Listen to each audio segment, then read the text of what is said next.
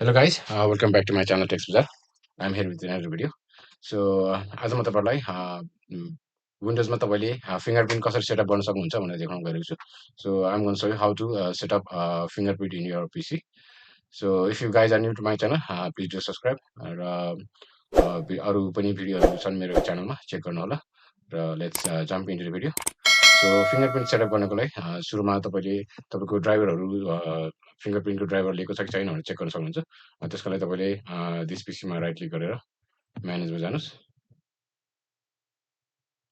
र device म्यानेजरमा check गर्नुस् र तपाईको यो बायोमेट्रिक डिभाइसेसमा तपाईको यसको ड्राइभर लिएको छ कि छैन भन्ने हेर्नुस् र यो ठीक छ भने तपाई जान सक्नुहुन्छ.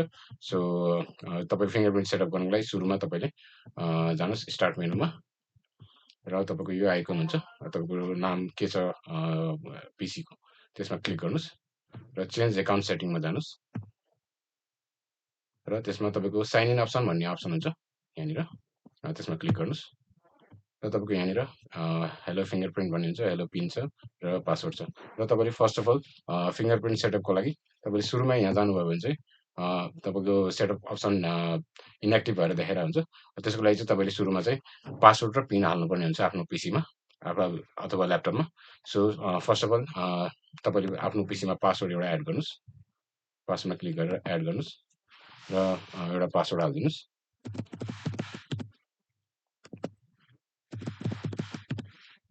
एउटा हिन्ट जे पनि दिदिनुस्. नेक्स्ट गरिदिनुस् र फिनिश गरिदिनुस् र तपाईको पासवर्ड एड भइसकेपछि तपाईले पिन एड गर्नुपर्ने हुन्छ फेरि र त्यसको लागि हेलो पिनमा क्लिक गर्नुस् र एड गर्नुस् र यसमा तपाईले प्रिभियसली तपाईले कुन चाहिँ पासवर्ड हाल्नुभएको त्यो पासवर्ड फेरि एड टाइप गर्नुस् र ओके गरिदिनुस् र तपाईँ चारवटा नम्बरको एउटा कुनै पिन तपाईले हेरेर हाल्नुस्. त्यसरी पिन एउटा एड गरिदिनुस् र यसरी पिन एड भइसकेपछि तपाईको यो अघि नै हामीले हेरेको फिंगरप्रिन्टको अप्सन चाहिँ तपाईको एक्टिभ भइसकेको छ र त्यसमा तपाईले सेटअपमा क्लिक गर्नु होला र तपाईको गेट स्टार्टेड भन्ने अप्सन हुन्छ त्यसमा क्लिक गर्नुस् र तपाईको पिन मागिरहेछ. अघि तपाईले जुन प्रिभियसली तपाईले पिन एड गर्नुभएको थियो त्यो पिन टाइप गर्नुस् र फिंगर सेन्सरमा तपाईले तपाईलाई कुन चाहिँ फिंगर गर्न मन लाग्छ त्यो फिंगर तपाईले आफूले मन लागेको फिंगर तपाईले राखेर स्वाइप गर्न सक्नुहुन्छ र यसरी जेन्टली तपाईले स्वाइप गर्दै जानुस् र तपाईको त्यहाँनिर स्क्रिनमा देखाइरा हुन्छ. सो तपाईलाई यो कम्प्लिट नभएसम्म तपाईले स्वाइप गरेर राख्नु पर्यो. त्यस तपाईलाई त्यो स्क्रिनमा देखाइरहेछ तपाईको कति पर्सेन्ट कम्प्लिट भयो भनेर.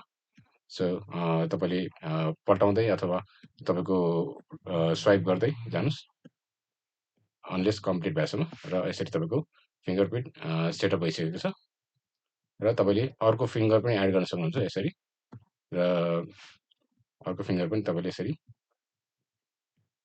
एउटा फिंगरले कुनै बेला काम गरेन भने तपाईले अर्को फिंगर पनि एड गर्न सक्नुहुन्छ. सो अर्को एंगलबाट गर भनेर छ र त्यसलाई फेरि नेक्स्ट गर्नुस् र फेरि अर्को एंगलबाट तपाईले स्वाइप गर्दै जानुस् कम्प्लिट नभएसम्म. यसरी स्वाइप गरेपछि यसरी तपाईको दुईटा फिंगर हामीले अलरेडी गरिसकेको छौं र तपाईको अरु पनि फिंगर गर्न मिल्छ र यसरी तपाईको फिंगरप्रिन्ट सेटअप भइसकेको छ र यु क्यान लगइन विथ फिंगरप्रिन्टबाट तपाईले आफू लगइन गर्न सक्नुहुन्छ. सो एकदमै इजी छ गाइज, फलो गर्नु होला र if you guys are new to my channel please just subscribe and साथीहरुलाई मेरो भिडियो कस्तो लाग्यो कमेन्ट बक्समा लेख्नु होला र if you guys like my video please press like button र बेल आइकन थिच्न नबिर्सनु होला ताकि तपाईले मैले अर्को पाली तपाईको भिडियो हाल्दाखेरि तपाईले नोटिफिकेसन पाउनुहुन्छ र सुरुमा हेर्न सक्नुहुन्छ. So that's it for today guys. So until then, take care. Bye. Cheers.